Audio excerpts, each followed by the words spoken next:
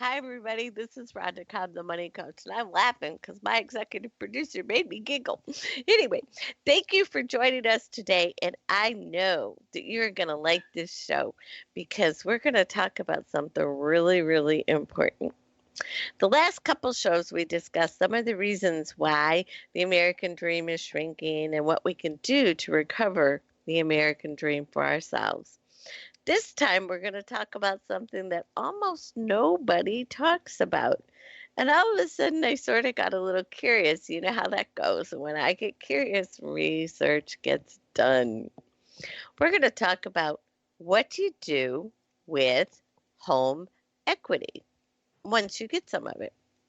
You see, statistics show that there is $6.3 trillion in home equity right now. Isn't that awesome? And can you just see the greedy little gremlin salivating at that one?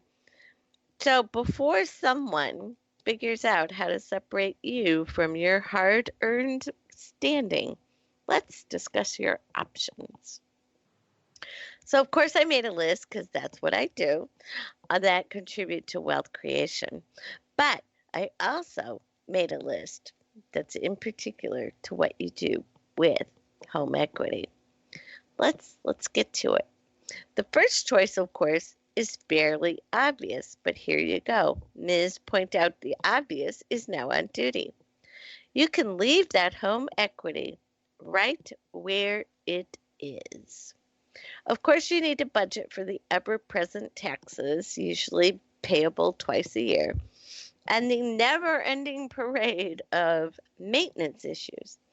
But after that, you could let your home provide you with a silent savings account for quite a while longer.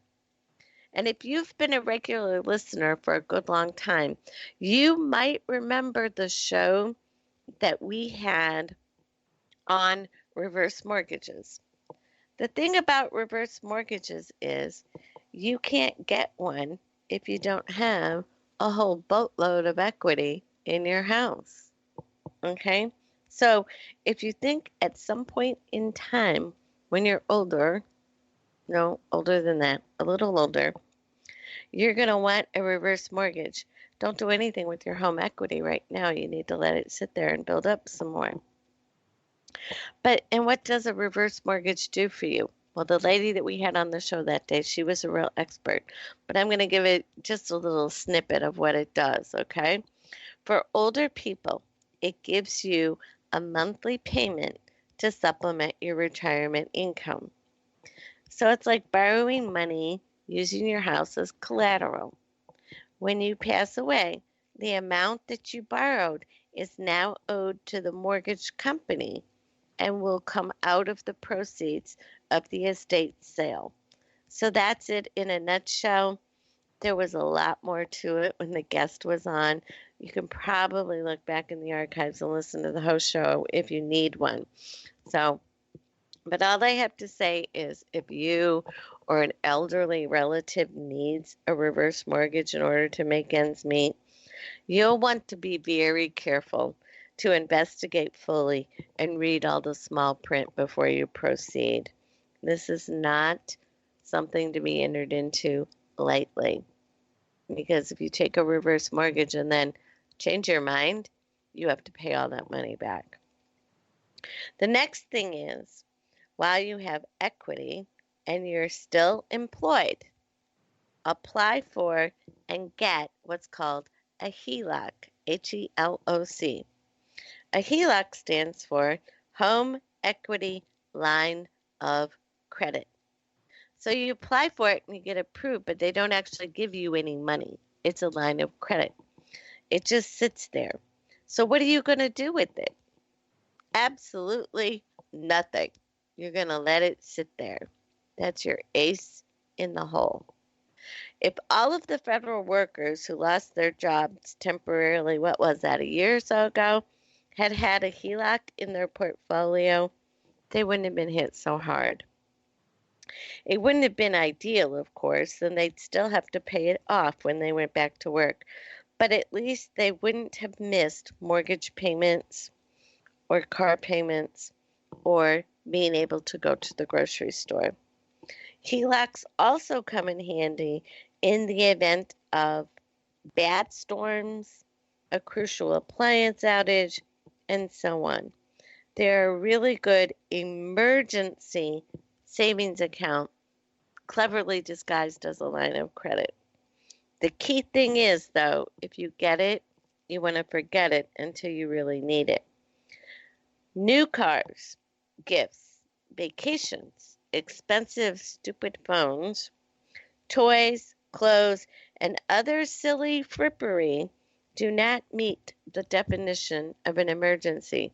I don't care how bad that 13-year-old needs that phone, it is not eligible to be bought with money from the HELOC. As a matter of fact, neither do medical bills. Those can be negotiated and paid off month by month, usually with no interest.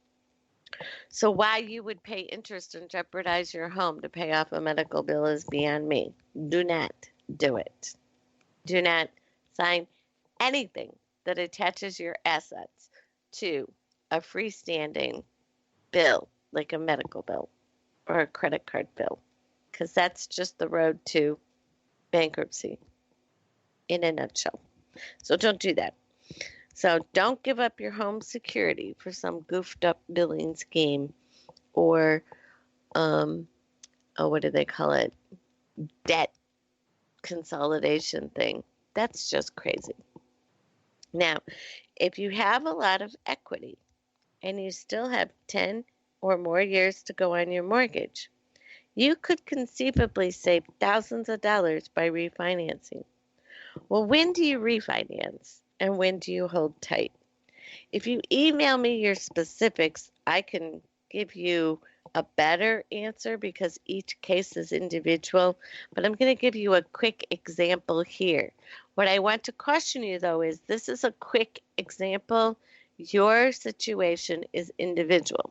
So you want to be very careful about refinancing if it's not in your best interest. So here's the example.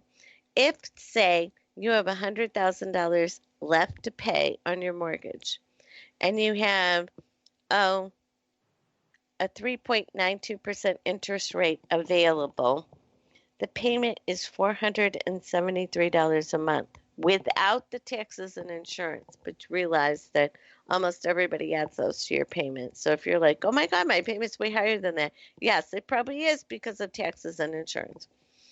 The interest over 30 years at that 3.92%, and the day that I wrote this and I did the calculations, that was a really good going rate, 3.92 for a 30-year mortgage, is the interest is over 30 years, $70,213.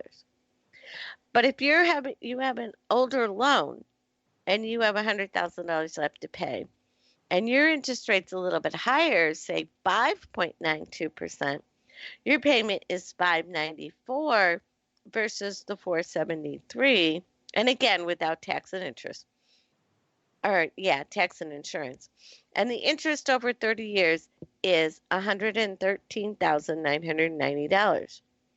So if you were in that situation where you had $100,000 left to pay, and the difference between the new interest rate and the old interest rate is 2%, you could save about $43,777 in interest by refinancing. And that equivalence comes out to about $120 a month. So keep in mind, though, to get that savings, you are going to pay some upfront fees. Your house is going to have to be reappraised and so on. So it's not a free thing. It's going to be, your savings is going to be a little bit less than that $43,700. Probably closer to $39,000 or $40,000. But if you also remember, if you refinance for the full 30 years, now you don't have a paid off house for another 30 years. Whereas if you stayed in the mortgage you have, you only have the number of years that you have left. Okay? So that's a quick example. And you can also look at this for a 10 or 15-year option. Because if you can easily afford the payment you've got, and if you're paying it, you can afford it. And if you're current, you could pay the payment you currently got, but get that lower interest rate.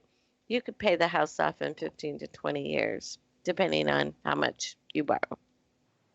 Now, the next thing you can do, if you wanted to, you can tap into your home equity to buy a used car with the cash. But here's the but. Everybody's going, yeah, no. If you do that, listen carefully, you must absolutely, without exception, pay yourself back at a profit. Yes, you have to be your own banker.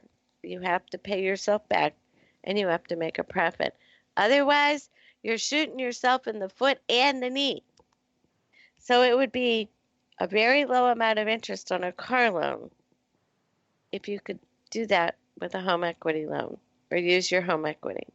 However, if you don't pay yourself back every single month, you have made a colossal mistake. So if you lack discipline and you know who you are, if you have a low credit score, and by low I mean below 700, if you have ever missed a car payment or been late on a mortgage payment, or worse, then doing this is not the right move for you. All right? I'm just saying. Now, the next thing you could conceivably do with your home equity is to take a second mortgage and use the cash to invest. Now, here's the disclaimer. This can be a very risky move. And a lot of people did it in 1929 and they suffered greatly for it. So you must be confident. You must have a lot of money in your savings. And this is not for the money novice. I only mention it because, again, you could do it. But if you lack discipline or have a low credit score, have ever missed a payment, have a lot of credit card debt or worse, then this is absolutely not the right idea for you, and forget that I mentioned it. Otherwise, there are also some really good things you could do with it if you go this route, and assuming that your home equity loan is less than 5% interest. First, buy some disability income insurance. You must protect your ability to repay your mortgage and to eat. 4 out of 10 people are temporarily disabled for at least 24 months during their careers. That's a lot of people that get into serious financial difficulty because they did not protect their income.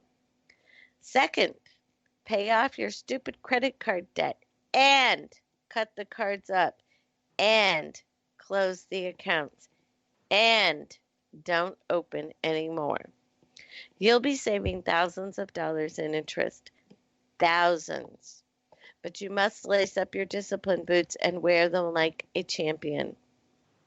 If you are going to take a home equity loan or a second mortgage in order to pay off credit card debt, I'm not going to call you stupid, but it's not a good thing if you do not close those accounts and cut those cards up and never open them again. Again, shooting yourself in the foot and the knee, and this time in the hip too.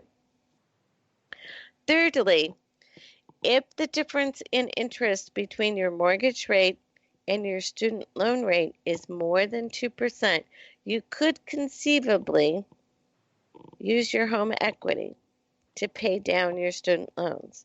However, if it's not more than 2%, it is not worth it, and don't do it. Pay your student loan on time and let it be, and leave your home equity right where it is, right where it belongs. Fourth, you could put the money into any of the following no-risk investments. And again,